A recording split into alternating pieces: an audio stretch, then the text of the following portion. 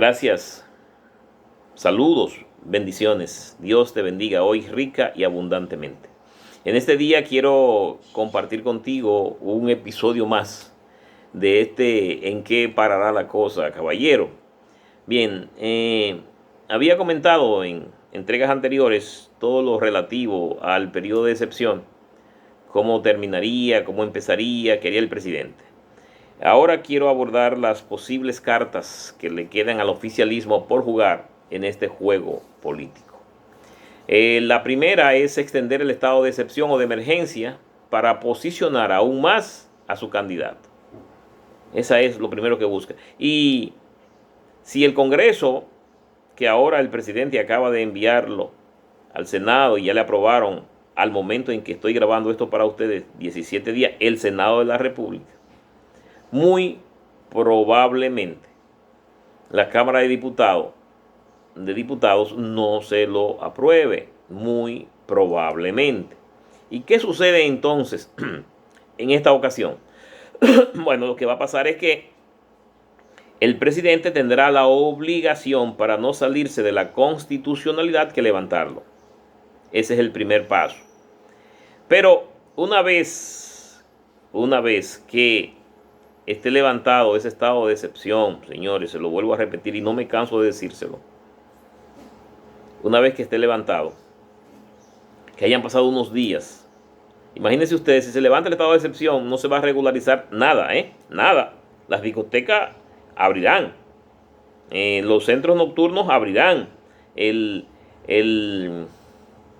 contagio será grande, real o adulterado, será grande.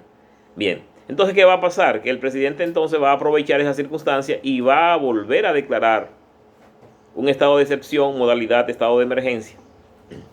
Lo va a declarar porque así se lo permite la Constitución en el artículo 265 y 266. Porque no está reunido el Congreso y lo va a declarar, no necesita el permiso. Ahora sí, él tiene que enviarlo nuevamente para que el Congreso le dé la autorización. En caso de que, y es lo que va a esperar el presidente, el Congreso se lo niegue, entonces el Congreso no se lo va a negar conjuntamente, se lo va a negar la Cámara de Diputados, va a ir al Senado y el Senado lo va a aprobar y entonces no va a haber acuerdo entre el Senado y la Cámara de Diputados y el estado de excepción del Senado no va a salir ni levantado ni confirmado. Simplemente lo que va a pasar es que, como no se ponen de acuerdo con una cosa o la otra, el presidente se queda con su estado de excepción pronunciado. Porque muy probablemente, y como una estrategia política, cualquier político lo haría, teniendo el control del Senado, es decirle, no se reúnan y se acabó, ya no hay forma de que el Congreso conozca esto. Y si no lo conoce, se queda el estado de excepción hasta que el Congreso pueda conocerlo. Ahí está la situación, señores, que tenemos que ver, que yo no entiendo. Creo que los políticos lo ven, pero no lo conviene decir, lo de la oposición me refiero, pero no le conviene decir que ya conocen las armas del gobierno. Número 2, lo que el presidente puede hacer con su segunda carta, o cuál es la segunda carta del presidente, es, si aún así, es decir, si ya teniendo el estado de excepción no lograra posicionar a su candidato, porque el oficialismo, como la oposición, como todo el que tiene interés político, como los empresarios, mandan a hacer sus encuestas para saber qué apuestan, dónde ponen su cuarto. Los empresarios, por ejemplo, todo el mundo tiene un conocimiento real de lo que va a pasar antes de las elecciones, porque hacen encuestas verídicas. Que ellas los maquillen, la tuerzan para afuera, esa es otra cosa, pero los datos reales los tienen ellos. Entonces, si los números no le dan al oficialismo con su candidato, el candidato va a renunciar.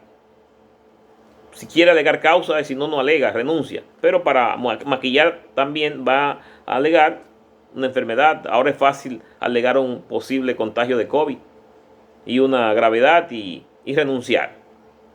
Muy bien. ¿Y quién va a sustituir a el candidato oficial? Bueno, lo va a sustituir, o debe sustituirlo, Margarita Cedeño Lizardo. ¿Escucharon bien el segundo apellido? Lizardo, Entonces, lo sustituye Margarita, pero venga acá, ¿y cuándo? ¿En qué tiempo? Ya no hay tiempo, ya las boletas están hechas. Es verdad, no hay tiempo para hacer nuevas boletas, pero La ley sobre régimen electoral contempla, la 1519, contempla en su artículo 146, párrafo 3, si mal no recuerdo, que si un candidato muriere, si renunciare, ya las boletas estaban impresas y no hay tiempo, simplemente se mantienen las boletas tal y cual están y los votos que reciba el candidato sustituido se cuentan al candidato que lo ha sustituido. En este caso, se queda la cara de Gonzalo Castillo Terrero, sin embargo, los votos se le contarán a la candidata que sería, pienso yo, Margarita Cedeño Lizardo. Eso es así y sería ese la segunda carta. La tercera carta que aún tiene el gobierno es pues seguir prolongando el estado de excepción para llevar a los candidatos de oposición a tal punto que se sientan asfixiados y no quieran ir a unas elecciones, no hayan condiciones para elecciones y se posterguen las elecciones, y al postergarse las elecciones más allá de agosto, ya caemos en un vacío constitucional que la única alternativa que tiene, o la única vía posible, es lo que dice el artículo 275 de la Constitución, y es que las autoridades electas, que están haciendo su papel, las actuales autoridades, los entes constitucionales dirigiendo los organismos, se quedan en él hasta que sean sustituidos. Óigame bien. Y como no hay nada en la Constitución que lo establezca, ni el propio Tribunal Constitucional, pienso yo, va a emitir ninguna sentencia que no esté avalada en la Constitución, el único bajadero que hay es modificar la Constitución con un acuerdo político para entonces fijar elecciones, lo que aprovecharía, cualquiera lo hace, el presidente de la República para tratar de habilitarse, y eso se prolongaría y vendría una crisis política de consecuencias impredecibles. Esa es otra carta. Y otra carta es que si los números le dan, pues entonces aprovechar al máximo estos días, terminar de posicionar su candidato e irse a un pleito ya con los números que en sus encuestas le dan a su favor.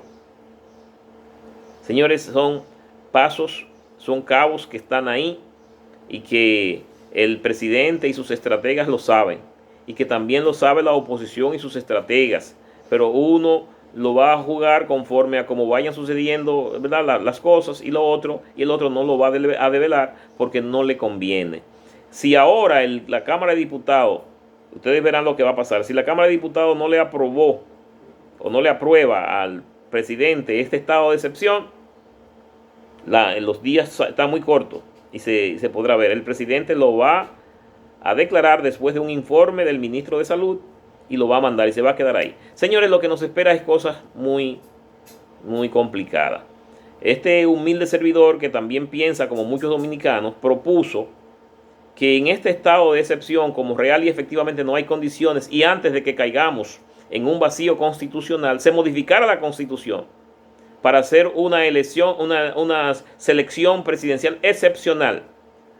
Proponía y sigo proponiendo que se contraten 3 encuestadoras internacionales de prestigio internacional, y que estas encuestadoras, cada uno haga su encuesta y se compara. El que salga en primer lugar será el presidente de la República, y los demás tendrán también participación en el gobierno conforme a la proporción que socialmente representan.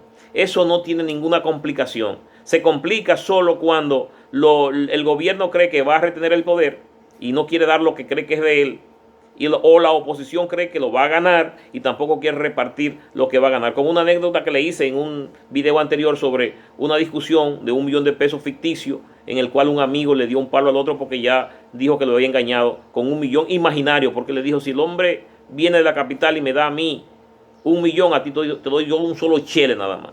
Y él dijo que no, que tenía que dar la mitad de $1.000.000, y como no se lo dio, cogió un palo y se lo dio en la cabeza. Así que eso es lo que está pasando. Ahora nadie quiere una propuesta como esta porque cree que el gobierno es de él, la oposición que lo conquista, el gobierno que lo retiene. Y entonces, así no. Bueno, mis queridos hermanos, amigos, será entonces hasta la próxima entrega. Que Dios le continúe bendiciendo e iluminándonos a todos, sobre todo a los políticos y a las fuerzas que tienen decisión política en este país. Repito, que Dios te bendiga hoy y para siempre.